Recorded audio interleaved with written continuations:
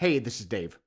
The following episode is a live recording of my recent mill talk at the Charles River Museum of Industry and Innovation in Waltham, Massachusetts. The museum brings together intriguing artifacts, cultural insights, and inspiring stories to delight people of all ages, enabling them to see the past and envision the future. One of the ways in which they do this is through their Mill Talk series, sponsored by the Lowell Institute. I was honored to be invited to speak as part of this series, and I am grateful they are allowing me to share the recording of the talk with you here today. Please note, there will also be a video of this talk available in the new year. In addition to my speech, it will include the slides I compiled for this presentation. I will let you know when it becomes available. So I hope you enjoy. The title of this talk is From Textile Workers to Rideshare Drivers, The Never-Ending History of Creative Destruction. And it's coming up right after this word from our sponsors.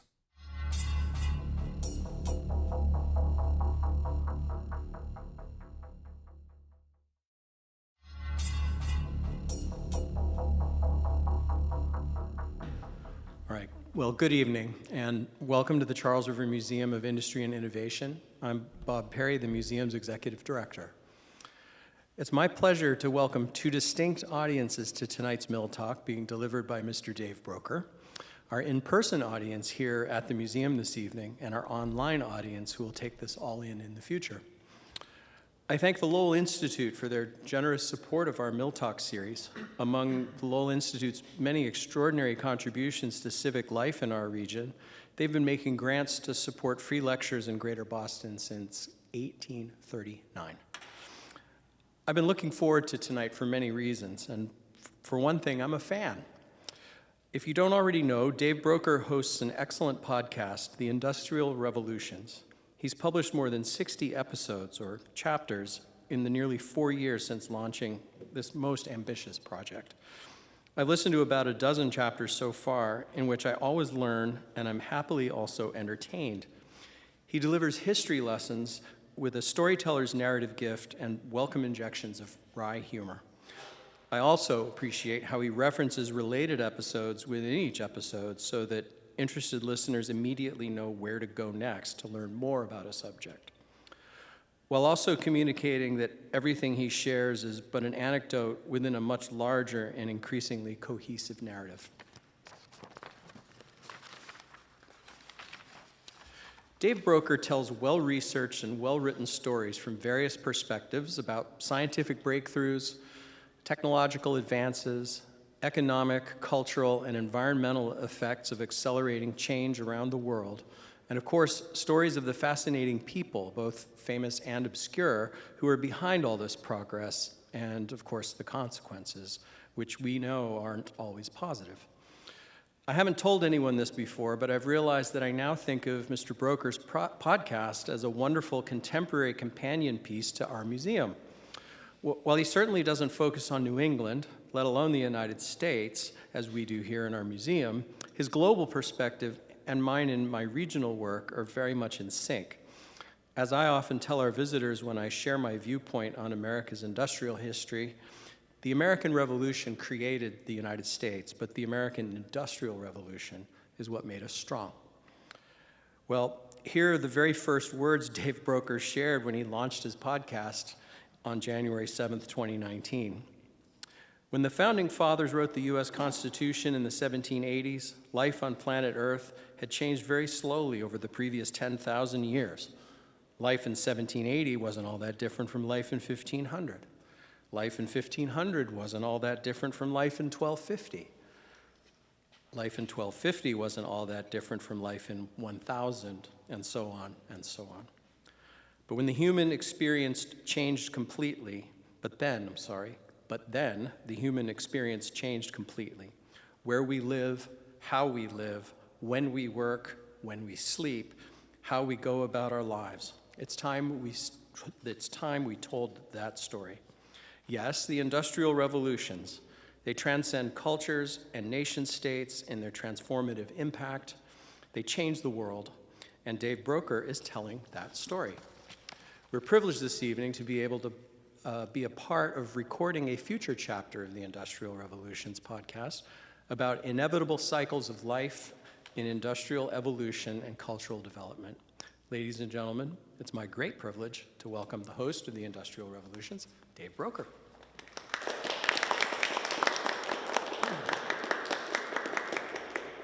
Thank you.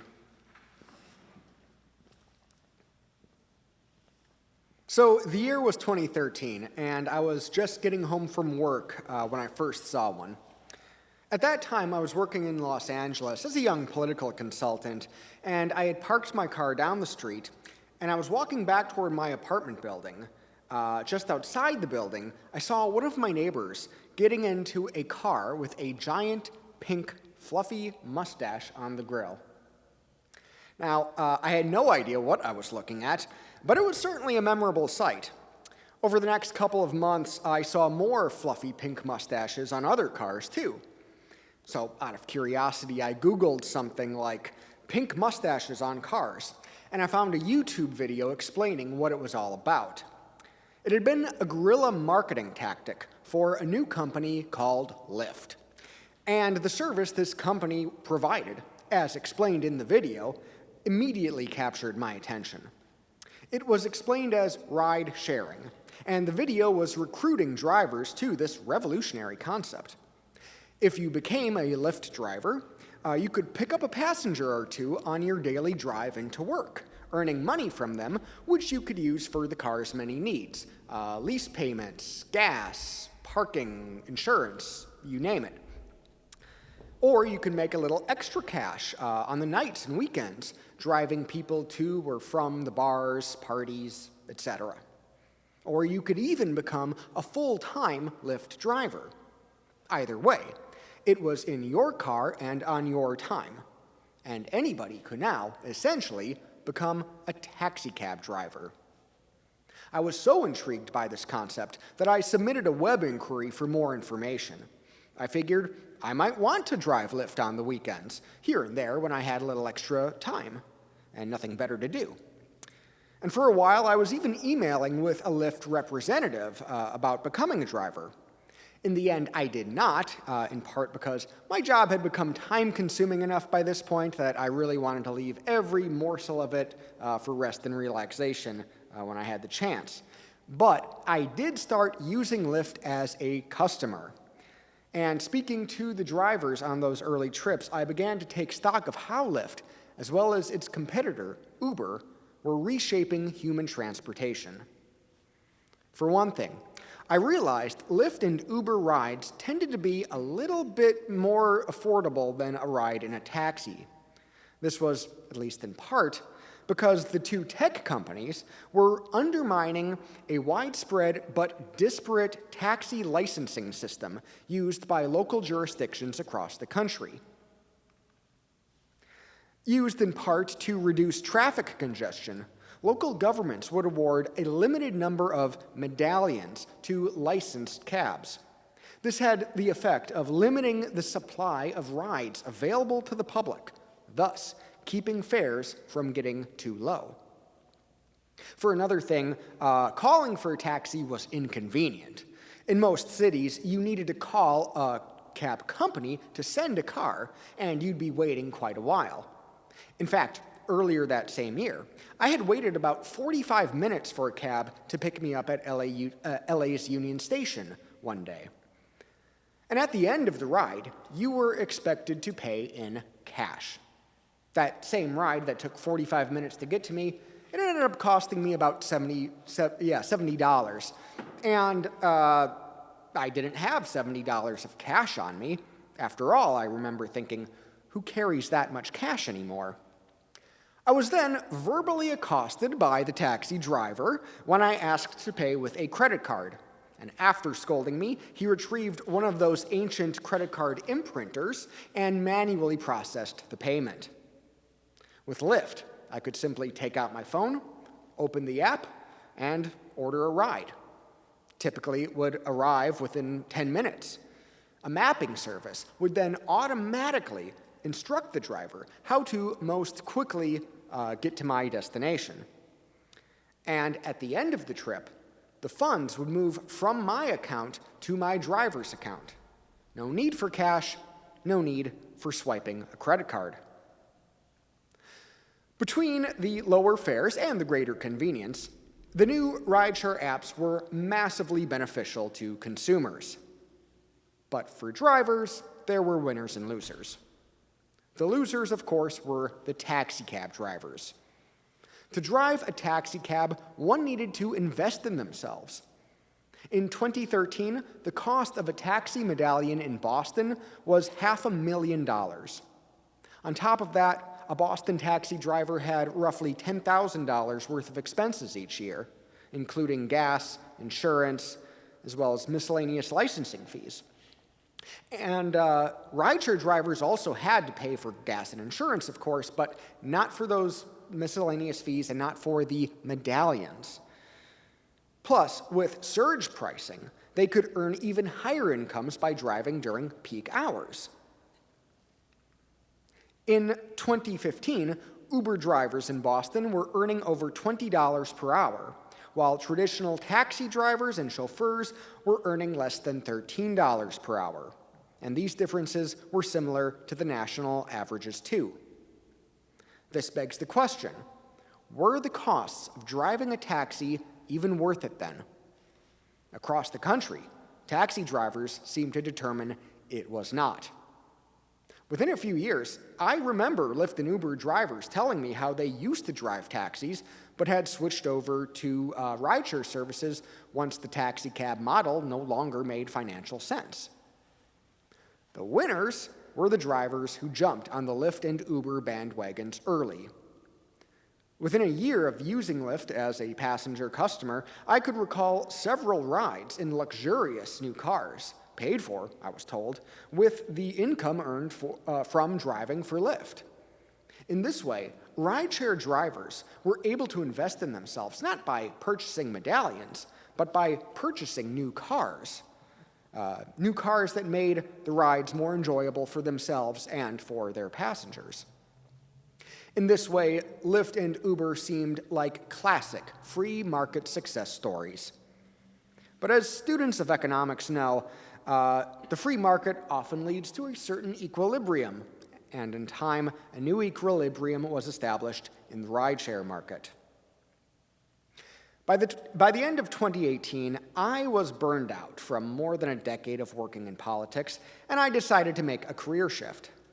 By then, my wife and I were living in Sacramento, and we were planning to move again to Boston, in fact, and I knew that it wouldn't make sense for me to take a local job I wouldn't stay at, so I decided to start the Industrial Revolutions podcast.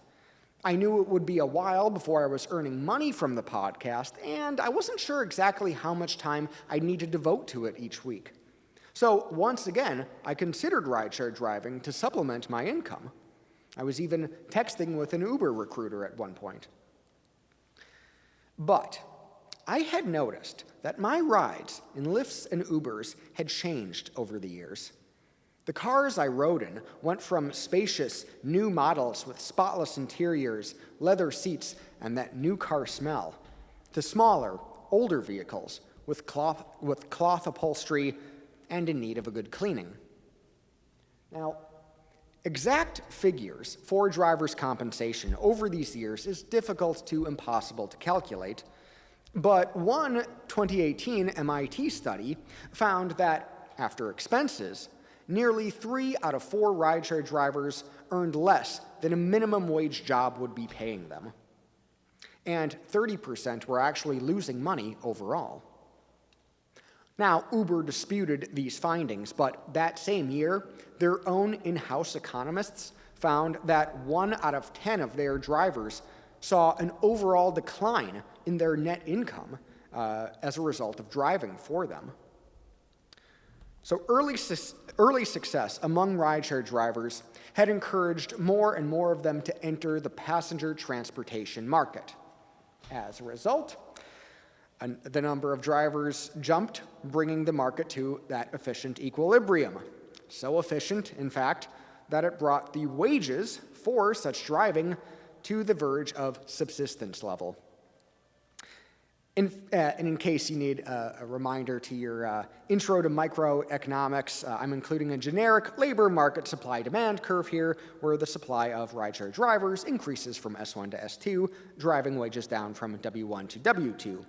If you're listening to the podcast, this will be in the YouTube video, so you can go watch that. Now, realizing this, I once again decided against becoming a rideshare driver. Coincidentally, though, in my research for the podcast at the time, I soon came across an almost identical story that had played out in England in the 17th and 18th centuries. It was the story of how the so-called putting out system came to dominate the textile trade.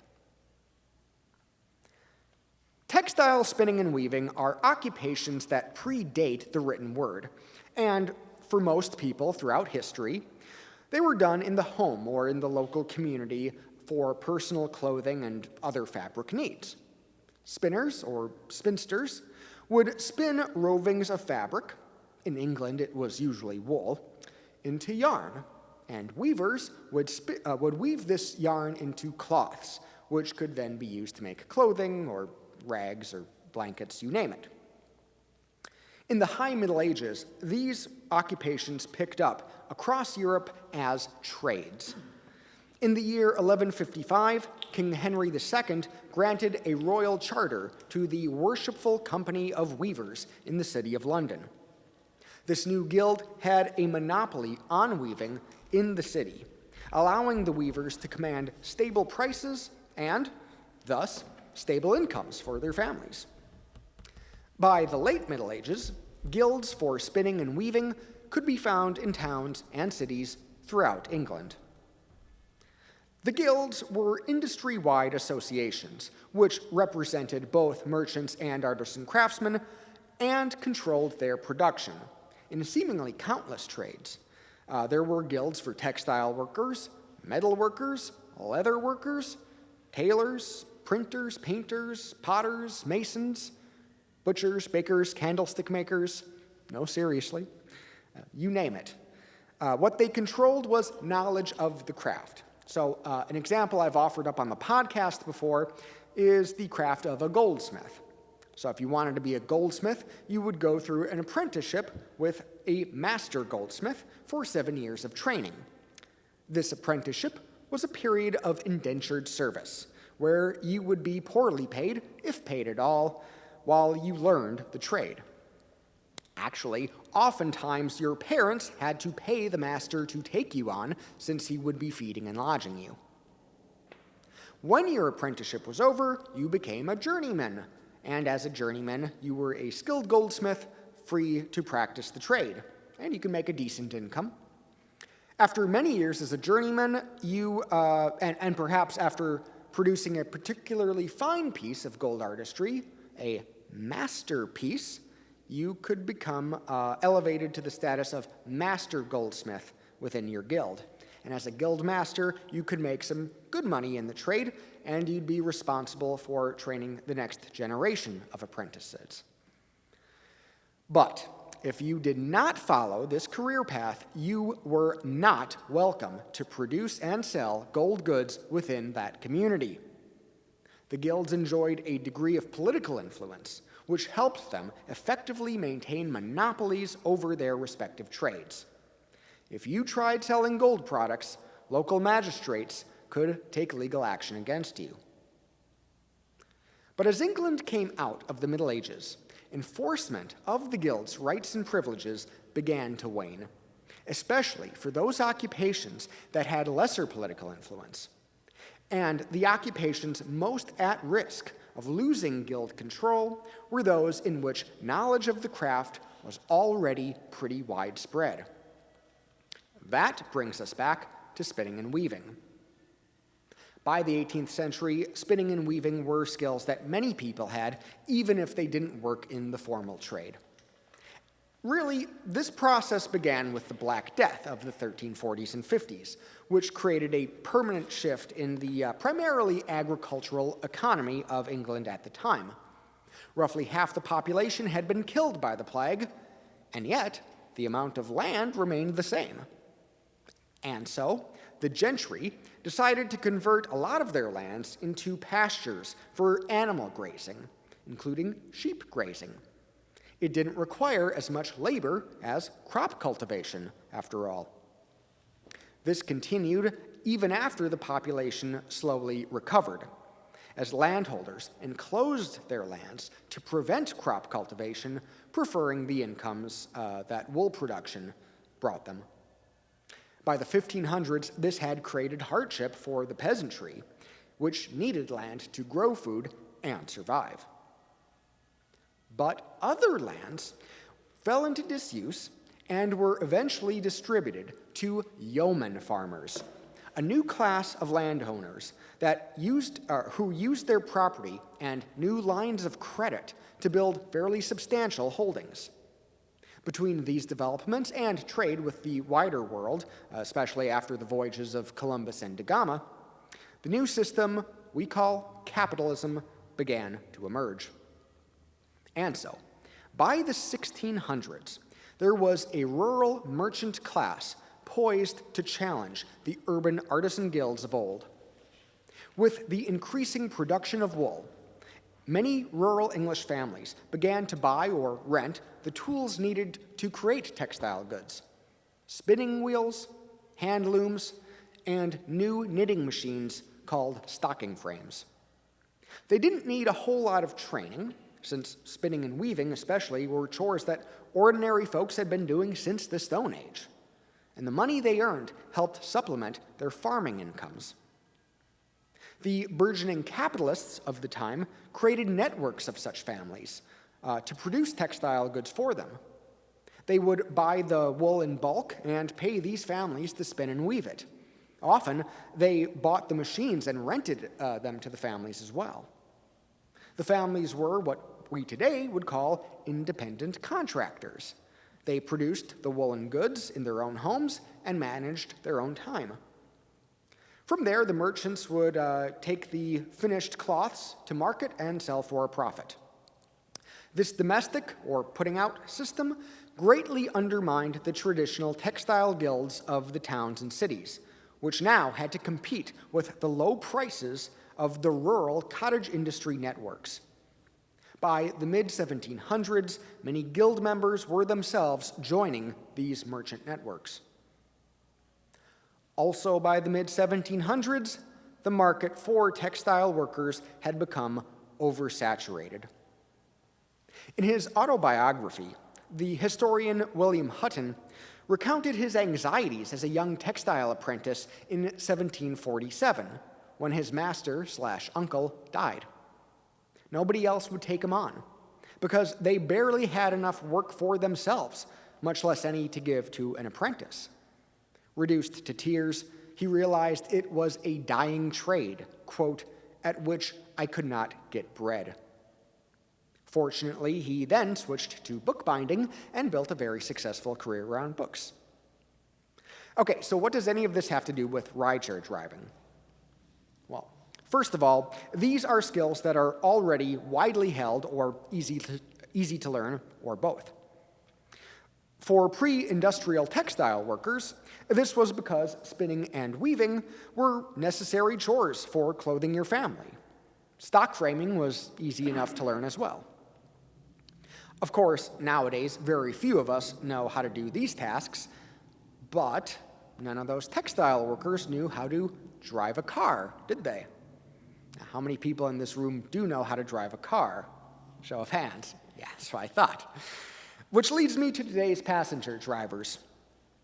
The skills of driving a motor vehicle is one learned by just about everyone in the modern world.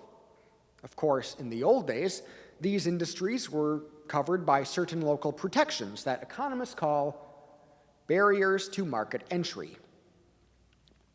For textile workers, going back to the Middle Ages, these had been the monopolies of the guild system. Royal charters gave the guilds legal status, and apprenticeships allowed the guilds to control knowledge of the craft.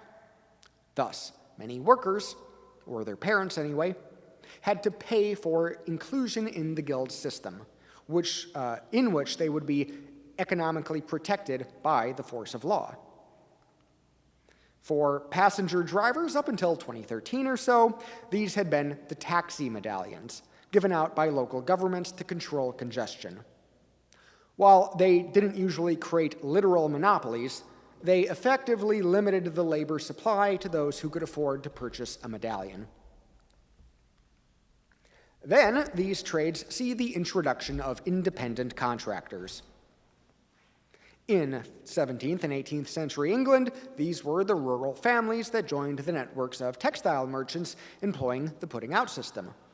They spun, weaved, and knitted on their own time in their own homes.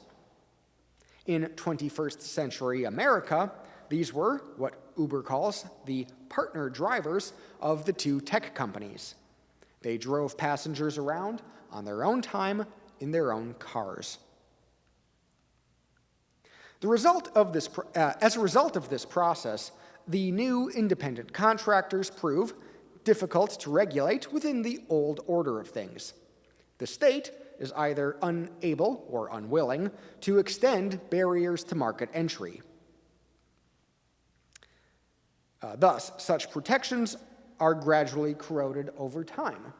Although, if we're being completely honest, in the case of taxi drivers, these protections were basically smashed to smithereens and very quickly. Now, because these are jobs in which the skills needed to do them are already pretty widely held, workers rush into the market to fill these positions. What better way to make a little extra cash than doing something you're already familiar with? But because so many people have entered this labor market, it plunges toward a ruthlessly efficient equilibrium. The price they can fetch for their labor falls to the point where they can barely feed themselves within the market. But the comparisons don't end there. In both cases, the new glut of workers that have swelled in their respective markets are suddenly crushed by new technologies.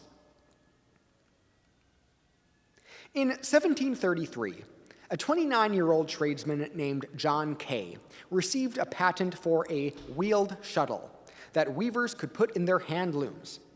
This device, the fly shuttle or flying shuttle, doubled the efficiency of weaving. And to make a wide batch of cloths, you'd only need about 1 out of every 4 weavers you'd used to need. It wasn't long before the weavers were feeling the pinch of displacement as a result of this new efficiency. According to legend, a mob of local weavers in Kay's hometown attacked his house in 1753, and he was only able to escape because his friends smuggled him out in a sack of wool. In the 1760s, a weaver named James Hargreaves invented the spinning jenny. Still using a spinning wheel, the contraption added several spindles, eventually 24 in all, which made the spinning of yarn significantly more efficient. Within 20 years, there were about 20,000 spinning jennies across Britain. Hargreaves, too, had to flee his hometown to escape angry local spinsters. In 1768, a wig maker named Richard Arkwright produced a new spinning frame, which further increased the efficiency of spinning yarn, especially when he set up a water mill to power it.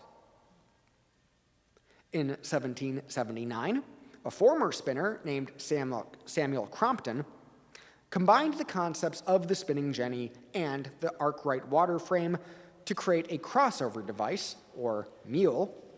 This spinning mule could spin 200 and eventually 1,300 spindles at one time. And in 1785, the clergyman Edmund Cartwright invented the power loom. Powered by water and later by steam engines, power looms were automated weaving machines that were twice as fast as handloom weavers. And as the years went on, such technologies only continued to improve. One 2012 study estimated that by the end of the 19th century, weaving had become 50 times as efficient as it was in the days of the handlooms. Spinning, meanwhile, became 370 times as efficient over the course of just 70 years. And with these efficiencies, the skills of traditional spinners and weavers became obsolete. The craft was now mechanized, and the already oversaturated labor market for these spinners and weavers was rapidly wiped out. Within a few decades, they could no longer find employment thanks to the new technologies. While it hasn't happened yet, there is a new technology out there which similarly threatens the work of taxi and rideshare drivers: the autonomous vehicle. Self-driving cars are already being tested around the world. In the last 7 years, major advancements have been made, as both the tech and auto industries have invested billions of dollars in R&D. Such vehicles have now been tested at millions of miles. In 2004, DARPA held its first grand challenge for driverless cars. The best any of these cars could do was drive about 7 miles in the empty desert of California. But by 2016, self-driving cars were already performing taxi services for live passengers in Singapore. Big data, collected through numerous sources, including from car companies themselves, most notably Tesla, and sophisticated algorithms have allowed driverless cars to become possible. And yet, I find people are awfully dismissive of these advancements. News stories about autonomous car failures seem to give folks the impression that the technology is quite far from ready, if it'll ever be ready. There have been accidents and even casualties in testing in recent years, but make no mistake, these problems are going to be overcome. For example, problems like changing seasons once confounded the engineers of driverless cars. Snow created a massive challenge for these vehicles' computers. But through testing, cloud-based data storage, and AI, the problem is no more. Major changes in the car's environment, be it the time of day, or weather conditions, or road construction, or even an empty plastic bag flying through the air past the front of the car, are obstacles that have now largely been accounted for. With AI, cars are not only learning traffic patterns, environmental changes, and other situational data, but also how human drivers react to such data already. Do they hit the brake, speed up, move the steering wheel? Sensors on existing vehicles allow this data to be collected and studied by the AI programs for the future. These are the same sensors that will alert you if you're changing lanes with another car in your blind spot, or tell you to brake if there's an obstacle in front of you, or behind you if you're backing up. Already, these functions are assisting drivers of newer cars, keeping them in their lanes, braking for them, which actually makes modern cruise control really nice, and, as you've probably seen in TV commercials, parallel parking for them. In other words, certain functions of driverless driving are already in operation in our vehicles. Of course, there can, and will, always be circumstances so unusual that the car's computer won't be properly prepared. But the same thing can be said of human drivers too. People make mistakes and crash their cars all the time. The key to the driverless car is it needs to reach a certain level of performance and safety acceptability, which we, as a society, can agree upon.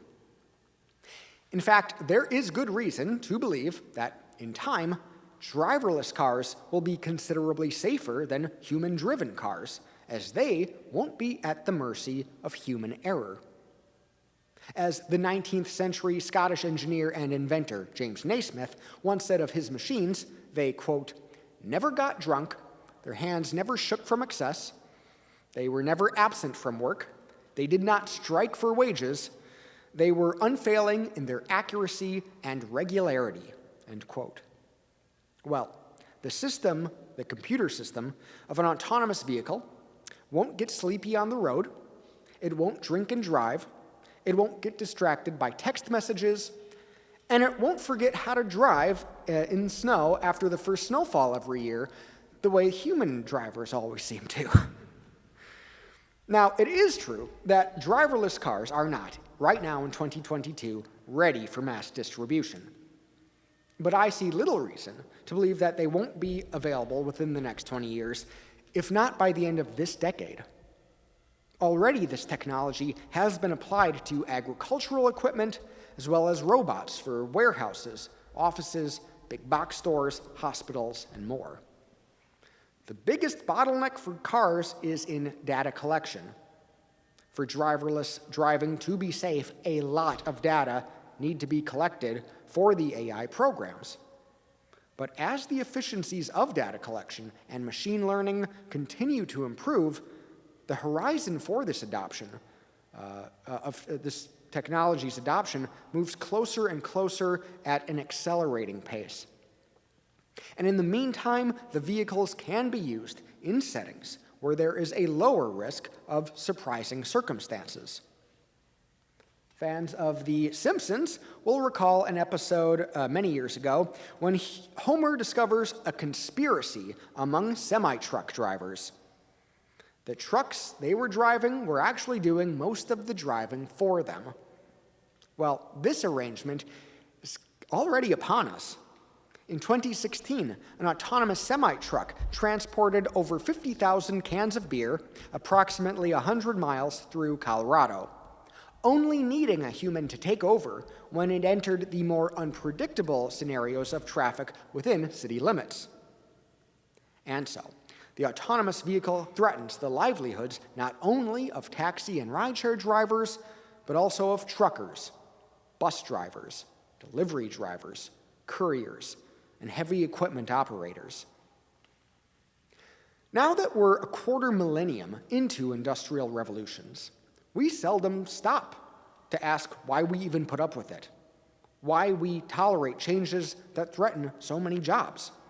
We almost accept it as a fact of life. But couldn't we just ban such technology? Well, frankly, it's not clear we could. When William Lee invented the stocking frame in 1589, Queen Elizabeth I tried killing it, telling him, quote, "Consider thou what the invention could do to my poor subjects. It would assuredly bring them to ruin by depriving them of employment, thus making them beggars." End quote. Nevertheless, these rudimentary machines slowly spread. But even if we could prohibit such inventions, we still have good reason not to. Since we first began experiencing rapid economic growth over 200 years ago, we have come to expect it to continue as if it were a birthright. If our gross domestic product, GDP, does not expand, it means we will not be able to as easily redistribute funds, meaning we will have fewer resources available for healthcare, education, etc. If we do not grow our economy, we run the risk of other countries overpowering us in industrial development and military prowess, making us vulnerable to attack. Politicians are incentivized to focus on economic growth, knowing that if the economy fails to grow at a sufficient rate, especially if it fails to grow faster than inflation, voters will become angry and choose different politicians come election time. And even in non-democratic countries, politicians seek economic growth as a means to ward off revolt and revolution. In order to grow an economy, there's a few different things we can do. We can add to the supply of fixed capital within the economy, that is, build new factories, buy more machines, etc. Or we can expand the supply of labor by hiring more workers or by extending their hours, or both. Or we can increase the number of workers and the amount of fixed capital for them to work with. But ultimately, there are limits to the growth these strategies can achieve. Whether growing the stock of capital or the stock of labor, there is a law of diminishing returns. Take, for example, increasing the labor stock. There are only so many hours in a day that somebody can work. There are only so many individuals looking for work. And if we're being completely honest, not all workers will be able to add to the overall output equally. As any manager knows, some employees are simply better for the task at hand than others. The more labor you add, the less output per worker or per work hour you will achieve. Therefore, there is a point at which you cannot continue achieving economic growth. Unless, that is, you can change the curve. This is sometimes referred to as a technology shock, a moment in which a new technology comes along, suddenly allowing capitalists and workers to rapidly increase the scale of output. We saw this with the adoption of the power loom, for example, which greatly increased the productivity of weaving. 10 workers could produce many more cloths managing a series of power looms than they could have produced as handloom weavers. Theoretically, the driverless car will make many more passenger trips possible than are possible today, thanks to the limited number of available Lyft and Uber drivers. But this is an oversimplification. For one thing, it doesn't need to be a technological development. You can change this curve with anything that increases what economists call total factor productivity, or TFP. So, let's say you're in charge of a team unloading a truck, right? At first, the workers are each taking packages off the truck individually. Each one climbs into the truck bed, grabs a package, carries it off the truck bed, walks it to its new location, sets it down, walks back to the truck, repeats the process. And then you suddenly come up with an idea. You have one worker on the truck picking up the packages. He hands each package off to another worker standing next to him, who turns and hands it to a worker standing below the truck, and that worker hands it off again to a rotating series of workers who run the packages to their new positions. They each hand it off to a fifth worker who sets it down. In this way, you are incorporating the concept of division of labor as described by Adam Smith in his famous 1776 treatise on the Wealth of Nations. You are also incorporating something of an assembly line process, as made famous by such industrialists as, Henry Ford at his Model T plant in the early 20th century. Both concepts are good examples of how you can increase TFP without necessarily needing a new kind of technology. What's more, new technologies don't necessarily increase TFP. There are plenty of cool inventions that don't make us more productive. Who here has opened their smartphone to do something productive, wound up opening a social media app instead, and found themselves watching videos for a half hour? I know I have. But generally speaking, the incredible economic growth our planet has experienced over the previous 250 years is thanks to new technologies, like John K's flying shuttle, the steam engine, running water, and so many others that are impossible to count or list for you today. So if you want more examples, there's this podcast you should check out called The Industrial Revolutions. And yet, not all of these technological breakthroughs look the same in terms of their economic impact. Obviously, some increase TFP more than others. But also, some create much broader economic benefit than others. Even if you look at two technologies which increase GDP by the exact same dollar amount, who stands to gain from each technology might vary widely. Consider this. A couple centuries ago, a typical adult woman had a significant workload despite not being part of a formal workforce. Hours were spent every day gathering water, tending the household fire, cooking meals from scratch, and completing a rotating series of chores from washing clothes, sewing, sweeping, and beating out rugs, to making candles, making soap, shopping, and more. In the years since, we have seen a myriad of new technologies and other goods that have increased domestic TFP: running water, indoor heating, electric lighting, appliances like refrigerators, gas ovens and stoves, microwave ovens, washing machines, dryers, dishwashers, sewing machines, vacuum cleaners, and mass-produced and mass-distributed goods like canned foods, cleaning agents, and more. As a result, household chores can now be done much more efficiently. This freed up women's domestic labor time, allowing them to enter the labor market and take new income-generating jobs. This in turn created a big expansion of GDP, much of which was captured by the women themselves, who took it home with them in the form of paychecks. Some of these are known as general-purpose technologies. They are the breakthroughs which tend to be the most world-changing. A general-purpose technology, or GPT, are those that have broad applications across the economy. Not only do they increase total factor productivity, they also often allow for new inventions in turn. The steam engine was a great example.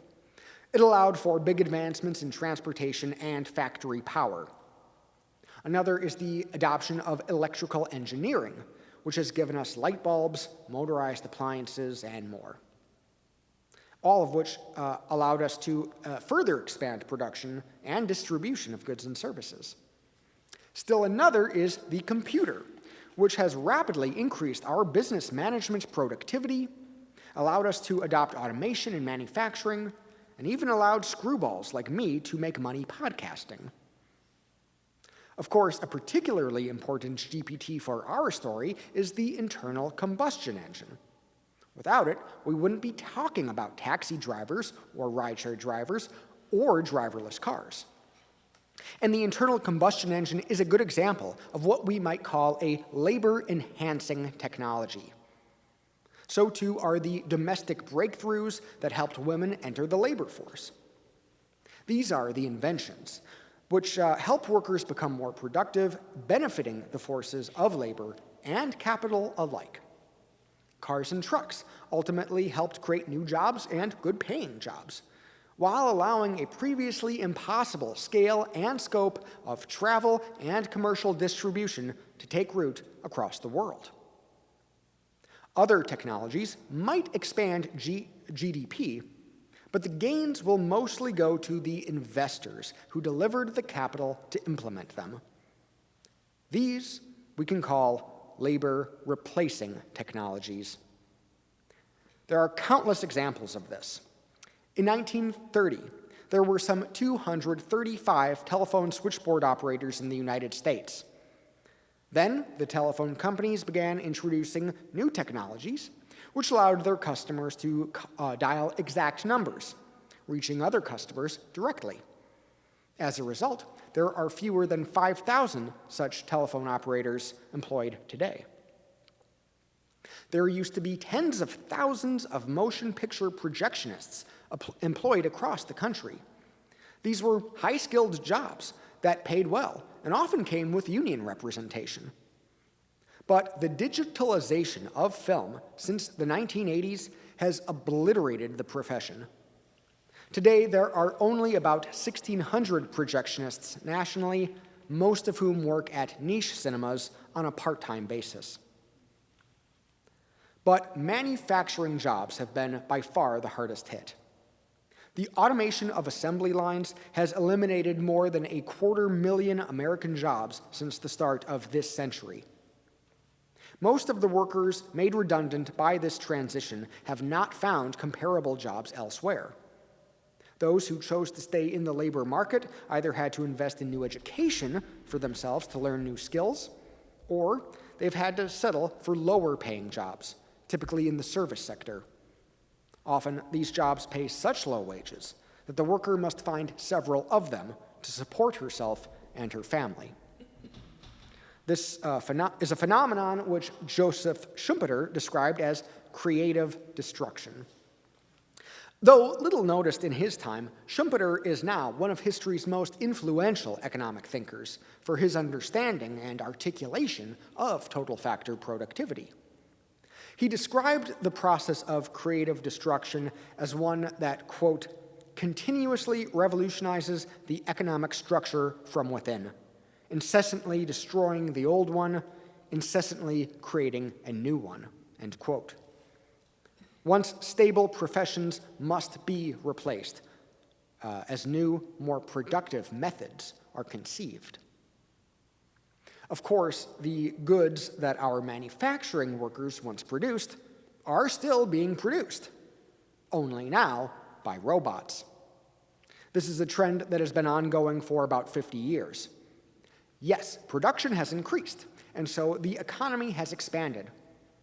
But the gains made have almost entirely gone to those who invested the capital. So while TFP has more than doubled, real wages have somewhat stagnated. This is especially evident when you break it down by income level.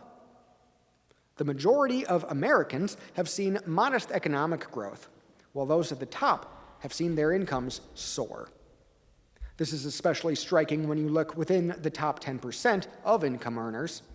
You see most of their gains are going to the top 1%, and even within the top 1%, most gains are going to the top 0.1%.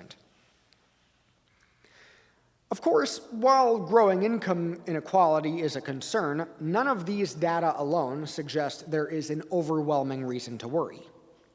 But when we add economic stressors to the equation, like wars, or famines, or pandemics, then yeah, there's plenty of reason to worry. Tonight, we are here inside the Francis Cabot Lowell Mill. It was on this site where the American industrialist Francis Cabot Lowell established his Boston Manufacturing Company in 1813. Just a few years earlier, he had traveled with his family to the UK. They settled there for a number of years, ostensibly for a long vacation, though it seems maybe Lowell had more business to mix in with pleasure than he was telling people. He visited a number of factories during his time there, and by the end of 1811, he was writing home about the incredible productivity of the cotton mills. British textiles might have started with wool, but by this point, cotton was king. In these mills, Lowell saw and learned the process flows, mechanical details, and other secrets of the cotton trade. With the War of 1812 on the horizon, he left the UK and returned to Massachusetts. At this site in Waltham, he bought a vacant paper mill and converted it into a factory for the production of cotton goods. He employed one Paul Moody to help build the machines, and he started hiring workers. In particular, Lowell recruited young women from New England farming families. He figured these women would be willing to work away from home for a few years to make a little extra cash for a dowry, to train to become teachers, or to help out with their families. They would get excellent, clean housing in the boarding village. Their hours would be long, but the work wouldn't be too physically demanding, and it would pay better than other opportunities. And as it turns out, many of the women loved the arrangement. The work was easier, the village was cleaner, and their lives were more social than the more backbreaking, dirty, and isolated experiences they would have on the farms. And, being in their late teens and early 20s, many of these young women no doubt appreciated the opportunity to get away from overbearing parents. Now, to be sure, this was a rather progressive vision Lowell had for the mill and for the workers' accommodations. And unfortunately, neither he nor his vision would survive the expansion to the city that now bears his name. There would be plenty of labor unrest in the history of Lowell, Massachusetts. But Mr. Lowell very much wished to avoid a recreation of the conditions he saw in the mills in Britain. There he had witnessed tired, sick workers, many of them children, living and laboring in degrading conditions. And he was convinced that this was a tinderbox for social upheaval. After all, it was during his years in Britain that such a tinderbox exploded there.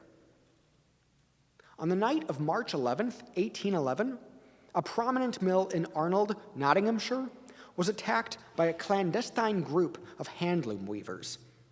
In just hours, they destroyed 63 machines. And over the next 3 weeks, they attacked more mills and some 200 stocking frames.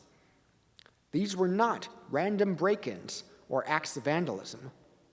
That month, mill owners and local newspapers began receiving letters from a mysterious General Ned Ludd and his army of redressers. And so the newspapers dubbed these attackers Luddites. The Luddites were an incredibly secretive, organized, disciplined, and militant movement across northern England. Most of the men were in their early to mid-20s.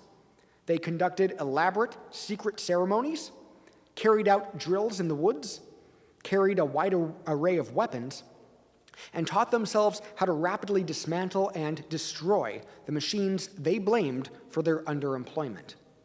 They invented a form of sign language and memorized cues, disguised themselves with dark clothing, coal dust, and scarves, and even women's clothing. And they wrote songs and poems extolling the virtues of their cause. The Luddites used intimidation as much as they did violence. They would plaster strongly worded posters on the doors of textile factories. Before attacking a mill, they would usually notify the victim or the local press ahead of time to give the owner the opportunity to reform his business first. Now, the demands varied. Often, they insisted the owners abandon power looms and bring back hand looms. But sometimes they merely wanted the advance of power looms to slow down, or for a system of profit sharing to be introduced. In 1813, thousands of Luddites participated in attacks on mills. They tore down iron gates and smashed windows to get in. They destroyed hundreds of stocking frames, spinning jennies, and power looms. They also entered and destroyed the homes of mill owners. And before it was over, they were carrying out assassinations of mill owners too. Mill owners responded by installing new security systems and hiring armed guards. Parliament passed new laws prescribing the death penalty for those who destroyed textile machines or made oaths to secret organizations.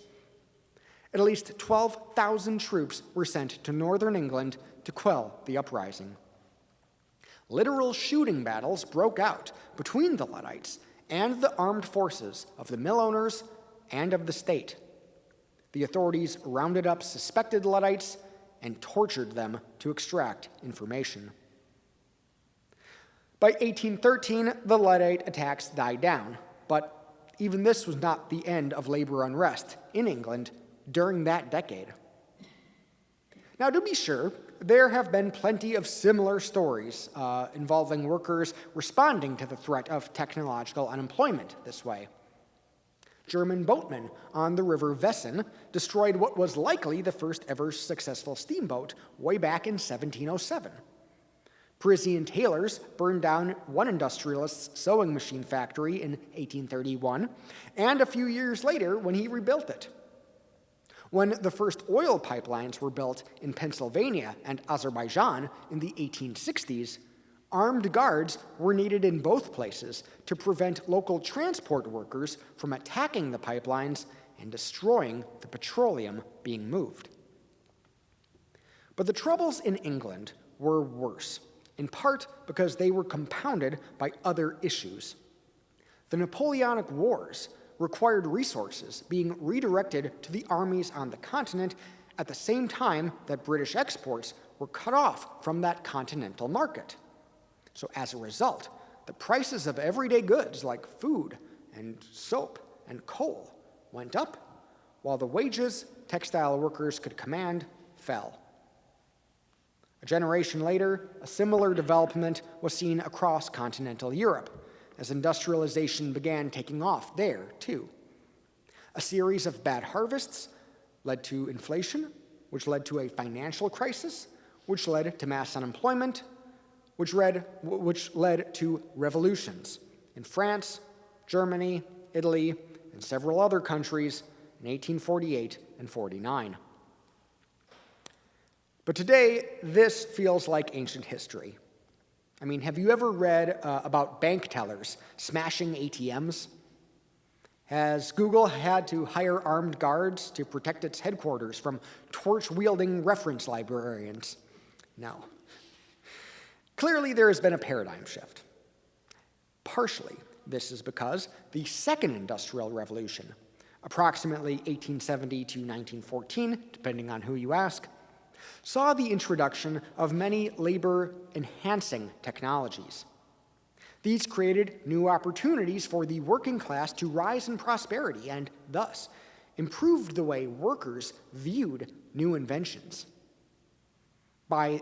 Also, by the mid-20th century, governments across the Western world, social democrats in Europe and New Deal Democrats in the United States, advanced economic policies that demanded greater redistribution of the wealth being generated by increases in total factor productivity. As a result, scholars, policymakers, and even most citizens began to dismiss anyone with concerns about technological unemployment. Many economists even describe their fears as the quote-unquote Luddite fallacy. I distinctly remember this dramatized in the 2005 film Charlie and the Chocolate Factory, where Charlie's father loses his assembly line job to a robot. But in the end, he becomes a robot repairman, so it was all fine. But perhaps the technological trends of 1870 through about 1970 have given us a false sense of security. Not all of those assembly line workers can become robot repairmen, after all. As old jobs become obsolete with new methods of productivity, new jobs also need to be created to absorb the excesses in the labor supply. Otherwise, there will be more unemployment and underemployment, more individuals and families experiencing poverty, and more cases of civil unrest. In fact, this was a big reason for the poverty seen in England during the early 19th century, as industrialization was just taking off. Advancements made in agriculture a century earlier had drastically reduced the need for field labor. This led many workers in rural England to the brink of starvation, and as they moved into industrializing cities looking for work, there just weren't enough jobs for them all yet. This is why we have such a Dickensian memory of the first industrial revolution. The British labor market didn't even out until the 1850s or so.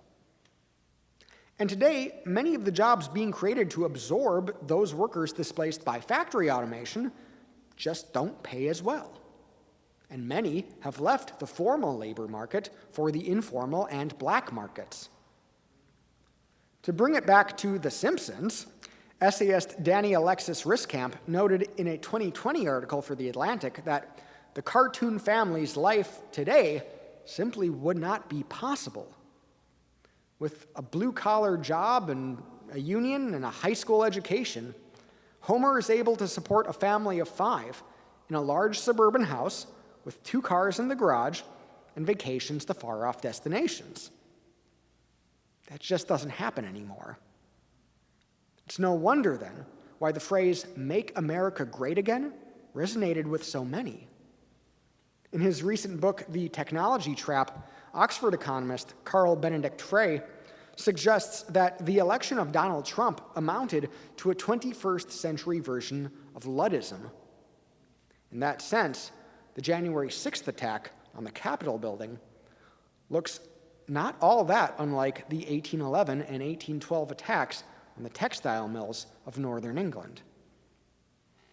And looking into the not-so-distant future, we see many more jobs at risk.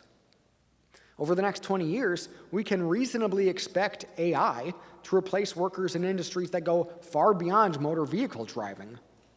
There are already technologies that could soon replace the majority of airline pilots, fast food workers, casino dealers, insurance underwriters, tax preparers, poets, musicians, and more. Soon, we may not need photographers to take photographs. Many of us dog lovers in Boston follow the Pied Dog Walker on Instagram. A few months ago, he posted this on his feed. He had typed out a series of words into an AI program, probably something like, "For St. Bernard's, line, tongues out." and it generated several photos for him. Okay, clearly the technology is not quite ready yet, but these images are remarkably close to the ones he already regularly posts. As he put it here, quote, "Give it a few more years, and I won't be able to compete." Here's one I created at deepai.org, typing in podcaster, microphone, smile. It took me literally 5 seconds.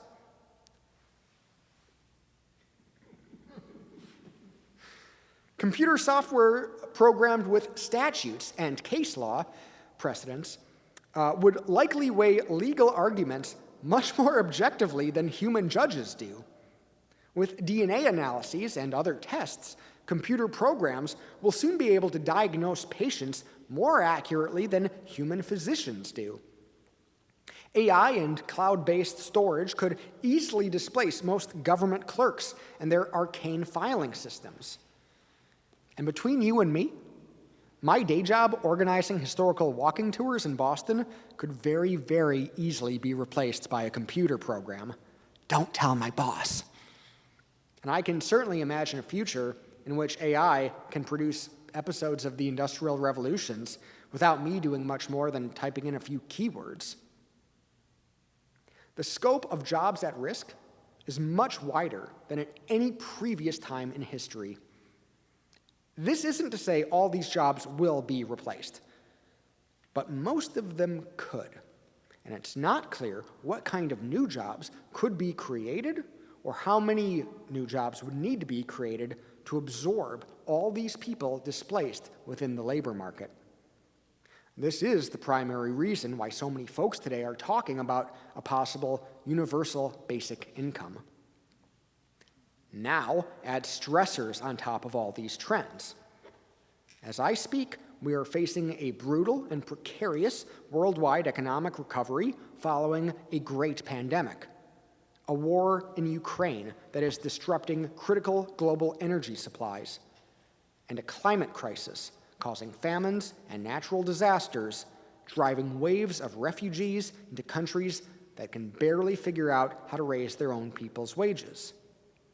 And there's little reason to believe stressors like these will ease up anytime soon. The point is, we are in much more dangerous territory today than I think the average person realizes. And this is a big reason why I started a podcast about the Industrial Revolutions. It's a history podcast for the future, because we need to prepare for a world in which so many of us are made redundant. Of course, no historical trend lasts forever, but creative destruction could very easily define the remainder of our lifetimes. And so, the question I want to leave you with tonight is this: what are we going to do about it? I don't pretend to know the answer, but I also know we can't afford to keep ignoring the question. Thank you.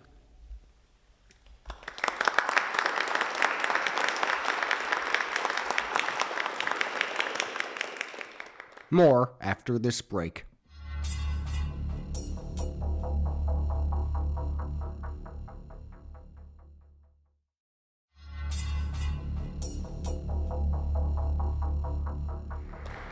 If anybody has any questions, we can do a little Q&A. So do you have a positive or negative opinion on the idea of a universal basic income?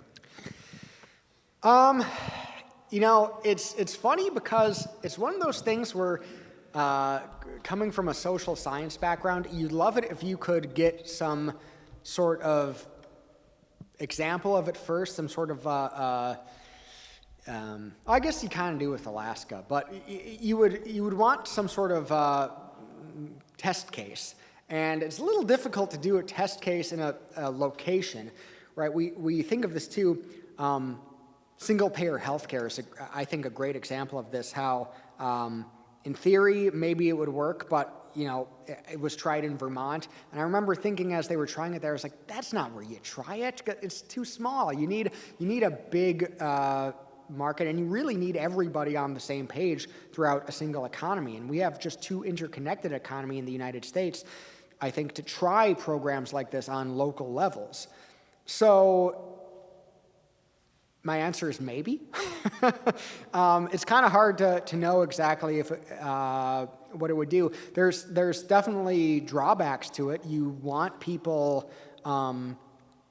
incentivized to work, not only for the sake of, I don't know, productivity, but also for the sake of people's quality of life. There's plenty of research out there that suggests that people do find more personal sense of fulfillment when they go to a job and do a hard day's work, and it's accomplishment. They've earned their pay versus what they could just get on the government dole, so to speak. So there is I think, a legitimate case to be made against it in that sense, but then you come back to, well, how do you fairly redistribute the gains of total factor productivity if so much of it is going into, if so much of it is generated by labor replacing technologies? I don't know.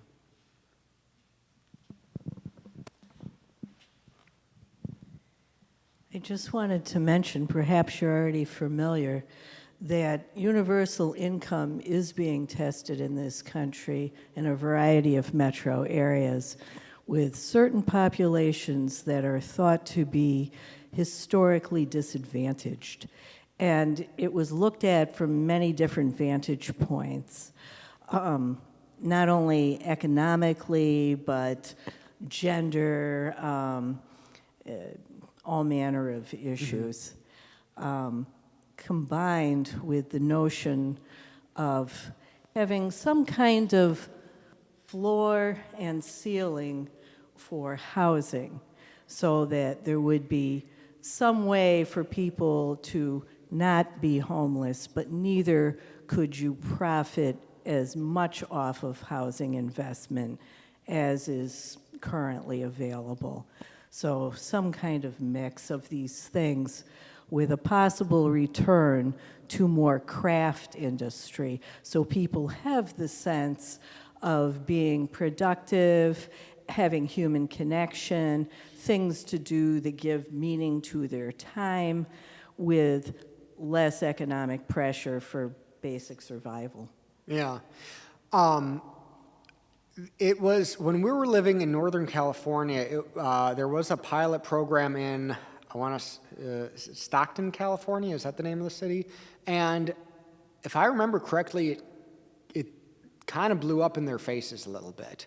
Or at least it did in the case of the mayor who introduced it. He ended up getting voted out the next election. But I mean, the other issue with giving people crafts, giving people the ability to focus on other things, be it art or music or learning or whatever they want to do. All of that is, it's stuff that they can do, and that's great. And the other hand, they won't really be able to deliver that into a market where they can compete with the AI still is kind of the issue. I mean, there are programs that already that have been invented that can write, like I said, like poets and musicians are at risk, that can not only compose symphonies that sound like anything like a great composer of human history could have done, but write haikus that are indistinguishable from haikus that human poets could write, and they can do it at such a quantity, it's unbelievable. I mean, there would be no way to keep up with all the new art and music coming out in this respect. So yeah, it's one of those things where I could see it as people sort of, you see, with our current social media landscape and our politics, how you could imagine a scenario in which people are fighting for, it's like, no, it's like, buy human, don't buy robot, buy human, like we said, like, buy American 50 years ago when we were first starting to outsource. I could see that, yeah. Well, you see so many things now, made by hand, or somehow it's been touched by human hands. I see this even in butcher shops where, a human cut this. It wasn't just machine. Yeah. One of my good friends from high school, actually, she was my first interview for the podcast. She's a traditional handloom weaver. She works in Virginia. And I still follow her on Instagram. She does these great videos that show her process. And so you can certainly, especially with the modern social media we have, there are definitely ways you can not only do that and make a career out of it, but in a very new way that captures people's attention. I don't know, I guess with deep fakes you could conceivably fake that, but yeah, we'll see. Well, I think we also have to see what exactly happens with our with our laws going forward too. I don't know if Congress, for example, will allow some of the advancements we're seeing. It's possible they'll try to tamp it down in the years to come. Who knows?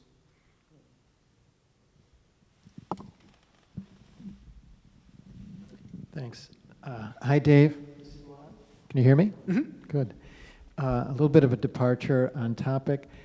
The pandemic has shaken up our relationship with work in the office, for many people at least, depending on what you were doing before and during the pandemic.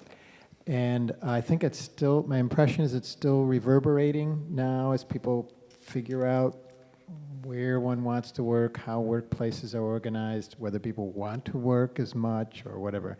And I wanted to ask if you have a historical perspective on that at all, or an analogy or a perspective to offer. I hear the news talk about it in present terms, but I think your perspective would be good.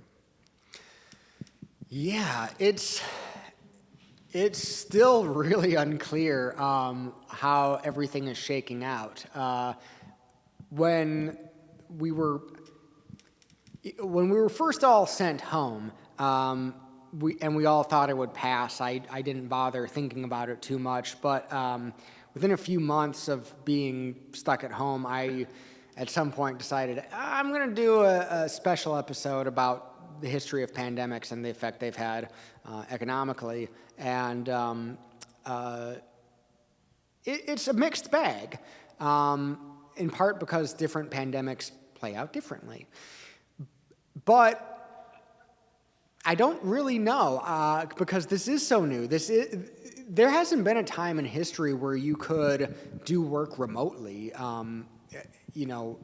the way you can now. You wouldn't have been able to have meetings remotely like you can now. You wouldn't be able to transmit certainly before the electric telegraph, you wouldn't be able to have transmitted information as rapidly as you can now. So we'll see. But I do think that at the very least there have been, it was a bit of a hitting the brakes, if you will, on our pretty fast-paced, neoliberal era economic workflow and the grind, if you will, and people slowed down and they suddenly took stock of all this in a way they didn't before. Right now, one thing I have noticed is a lot of people are talking about quiet quitting, I think they're calling it, right? Where people just aren't working as hard because they're choosing not to unless they get paid more. And that is not a new concept. That I can point to from the first industrial revolution in Britain in the years leading up to and following the Luddite attacks. The English called it the lumpo labor, and it was basically this concept where you only work as hard as you need to. And if you see a way to improve productivity in the mill, don't tell the boss. Just keep it to yourself. So, yeah, it's not a. There is some historical precedent for what we're seeing now, but I think that at the end of the day, with the way the modern economy, especially a global economy, works, where everything is so interconnected, and one thing triggers another thing. We're just, inflation. We pumped so much money into the economy to keep it from entirely collapsing into some sort of medieval dystopia, that now we're seeing inflation. Okay, well, inflation continues, we might see a worldwide recession. Okay, well, that might change people's thoughts about how they're going to contribute in terms of work moving forward, how they prioritize work-life balance and so forth. Because if you're struggling, you might change your calculus a bit more. We'll see. Thank you. A contribution I'd make to this conversation is maybe we replace the word. Basically, I'm thinking about disruptions. Okay, so replace pandemic with World War, and what happened in World War II? Well, a lot of the male workforce was extracted from their traditional, let's say factory jobs, and they were replaced by women. And after World War II ended, did it automatically just immediately revert to the before times? It didn't. And a lot of women maybe stopped working to get married and start families, but an effective female workforce was a thing from that point forward. And that's a similar disruption to a pandemic, where the fundamental rules of the game were changed. Another thing I would offer up is all of these waves of changes, all of these industrial revolutions are driven mostly by, the surprise advance here and there, but also profit motive. And what is rarely factored in is what we have at our discretion, which is, two words come to mind immediately that I think a lot about, and that's empathy and compassion. And a lot of the choices that are made by the money, a lot of the choices that are made by the technological advance do not factor in their effects on people and the world and so forth. And that's where good governance can be a constraint on let's say hurting people, but can we we find ourselves in the United States very dependent on the generosity of an individual who just suddenly spasms and says, I'm going to do good in the world. And if you don't have a person like Bill Gates say, I want to use much of my wealth to wipe out malaria, it isn't going to happen. So it comes down to one person sometimes. And that's what I despair of. So a lot of the changes that we have seen that cause great harm to a great many people, but society as a whole, GDP rises, total productivity rises. There's a tremendous amount of pain that's borne by a great many people as a consequence of this quote unquote progress. And I don't have a suggestion of how to deal with that going forward, but I'd love to see a bit more empathy and a bit more compassion, and it may be necessary. That's where universal basic income comes from. It puts a floor beneath people, and there are some people that just can't make it without help. And systemically, I think we need that. Yeah. It's a few thoughts on that. There's a growing trend I've seen to suggest that billionaires shouldn't exist. I don't necessarily agree with that. I think billionaires are uniquely able to move large amounts of capital for innovative things that increase productivity and ultimately growth that you wouldn't necessarily be able to do without them. especially with their being more flexible than, say, a government agency. However, I also think it was Balzac who said, at the root of every fortune lies a crime. And so you need to, you need some way to adjust this dynamic. Those slides I showed with the diverging income levels, the reason this is precarious is because, all right, GDP equals what? It equals consumer spending plus savings / investment plus government spending plus net exports. So the big two for this purpose are investment and consumer spending. If you have widening income gap, if you have this huge income gap growing, then most of that GDP is concentrated not in consumer spending, but in investment. Because an individual, okay, you can only buy so many yachts, you can only buy so many houses, and so forth. A lot of it just gets invested into new capital, new real estate, whatever, and so much of that is tied up in financial markets, which are inherently riskier than, giving people money to go spend at, on Amazon to buy whatever stuff they need around the house, right? So, yeah, it gets scarier the wider that gap gets. And then, like I said, you add stress, you call them disruptors, I was calling them stressors, but you create situations in which people get really desperate, really freaked out, and they act crazy. And I don't know, to be perfectly honest, I don't know how crazy it'll seem after a while. So, yeah, we got to do something about that, that's for sure.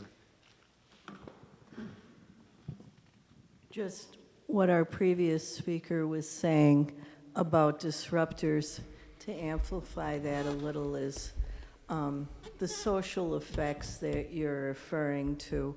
A lot of it is the pace and the scope of the change. Maybe things will slow down a little if people, I sort of sense this around the world, certainly in this country, pulling away from globalization, pulling back regionally to say, we've got to think about this area. It hasn't worked for us to go forward this quickly or be too dependent on resources from a place that now is run by a despot or any number of things that are unpredictable and go wrong. Even after World War II, women didn't simply leave those jobs. They were given a good push. They were already married, many of them. And when the husbands returned, the idea was get out, give it back to him. He's home now, and you can go back to your place. This put a lot of stress on people who decided they did like those jobs. They did get a sense of satisfaction, and they wanted to keep them up. Simply returning home didn't suit everybody. And I think many of the men coming back from war, PTSD was not a diagnosis at the time. There was less understanding, and it was pretty much a woman's role to be there for her husband. If he had problems beyond her control, well, that was unfortunate. She would have to deal with it. And I think many of the daughters of these women, later around early 70s, you saw a real uprising of women. Many flooded into professions like law and doctors. Marriage at that point, for that succeeding generation, marriage now has changed permanently, it would seem, from what it was.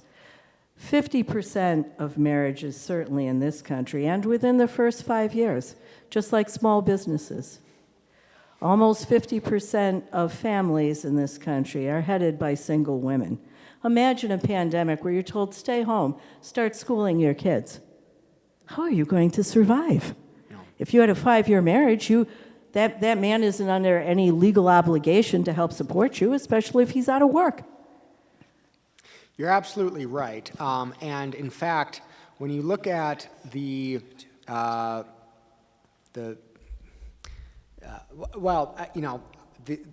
book, The Technology Trap, that I referenced in the presentation, there's a great deal spent on that, especially because so many of these jobs, like in the auto industry, for example, that were made redundant by robotics.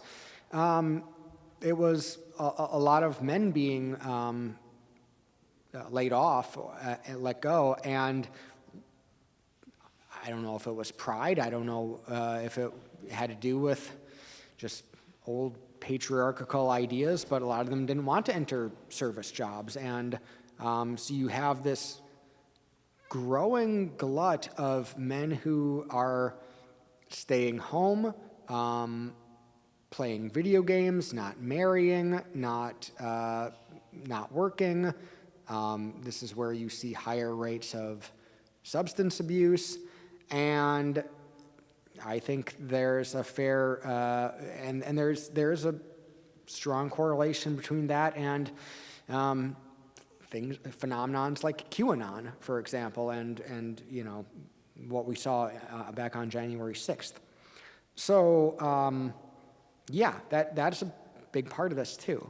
And moving forward, I don't know the extent to which that will or won't continue, but you're absolutely right.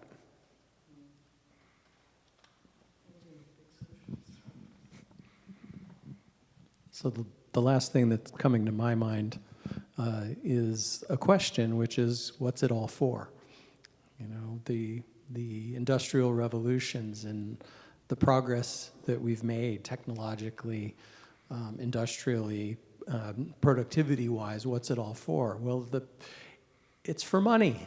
And in other words, the breakthroughs that increase productivity translate to increases in wealth, and the wealth is getting increasingly concentrated and flowing more and more to the uber wealthy.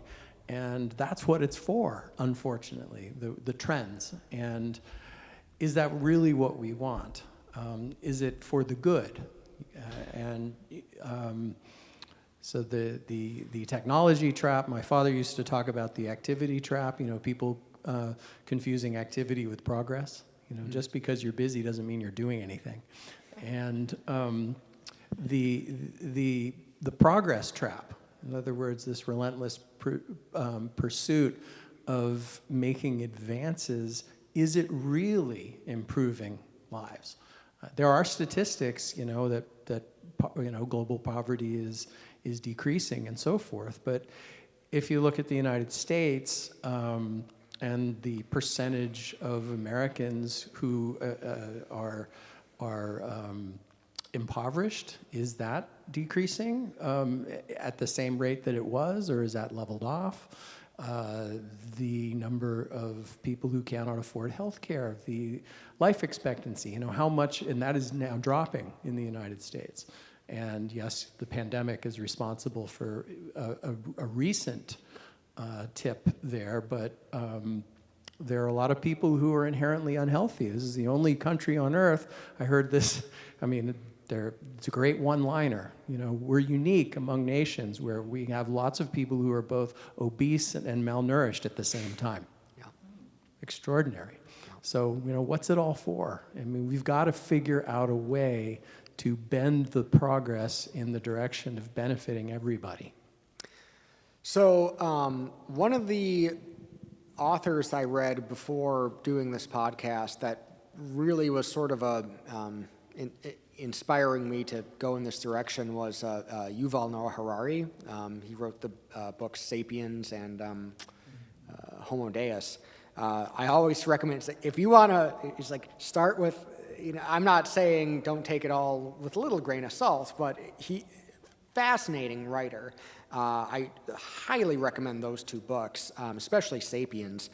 And he points to myths as being necessary for social cooperation, in particular the myths of religious myths, obviously, great motivator a lot of the time, but also force of law, power, that, et cetera, and money. Money is a myth. I mean, what is a dollar bill? It's a piece of paper. It has no value other than we've all agreed it has some value. And it's incredibly motivating for the purposes of achieving social cooperation, nonetheless. And that has allowed us to build everything we're seeing around us right now, from the electric lights to the TV screen, the microphone, the iPad I read my speech on, even the canoe up there. Everything has been made possible thanks to the motivation of profit, like you said. But there is the question of, well, does material improvement mean life satisfaction improvement? And the answer is sort of yes and no, because certainly we are better off materially than we used to be, but are we better off spiritually? Are we better off in all these other ways that are actually important to the human experience as well? Maybe not as much. Maybe we can get that easier if we have access to, media that can give us some of these things a little faster, whether it be a comedy movie or I don't know, like audio book of the Bible or something, whatever you want to fulfill yourself spiritually or psychologically. But so many of these material goods, I mean, it might be great to get, and we're all driven to obtain stuff or services at the very least. But the feeling of being drunk is great. If you're constantly chasing that feeling, though, we don't think of that as healthy, for good reason. And I think you can make a similar argument for, material prosperity. If you're constantly seeking what that gives you, certainly that's not necessarily healthy either, from a psychological perspective. Yeah. And yet, that is very much what we do.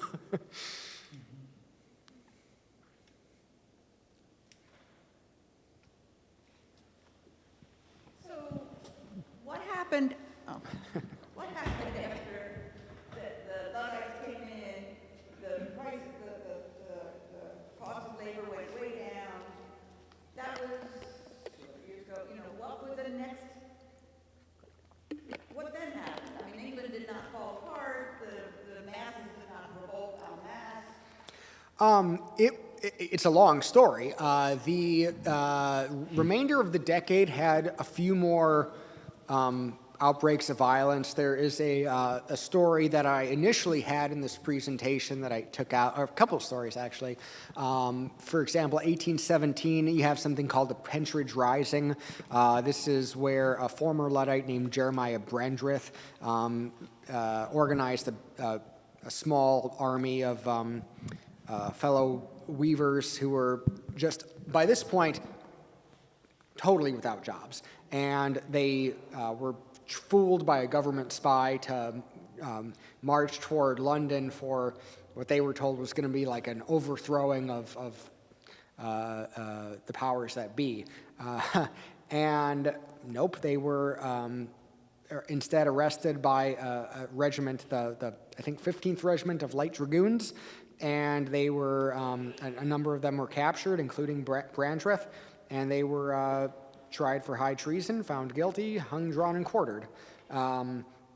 You had the case of the Peterloo Massacre just 2 years after that, in which something like 70,000 radical workers in Manchester marched to go to a rally, hear a speaker talk about bringing democracy, expanding the franchise to everyone, and dragoons came in, and so did an army regiment, and 15 people died in a stampede, and other people were getting hacked by sabers. It was pretty brutal stuff.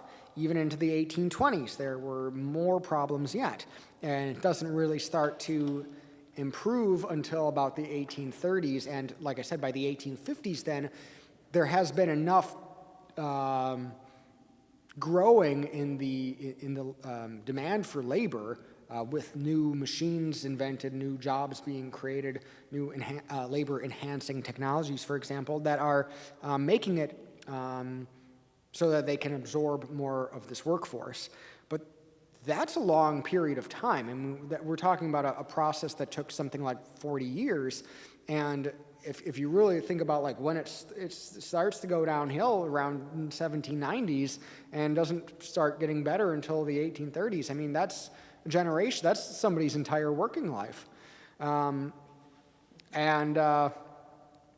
seeing something very similar where 50 years ago, people didn't necessarily expect the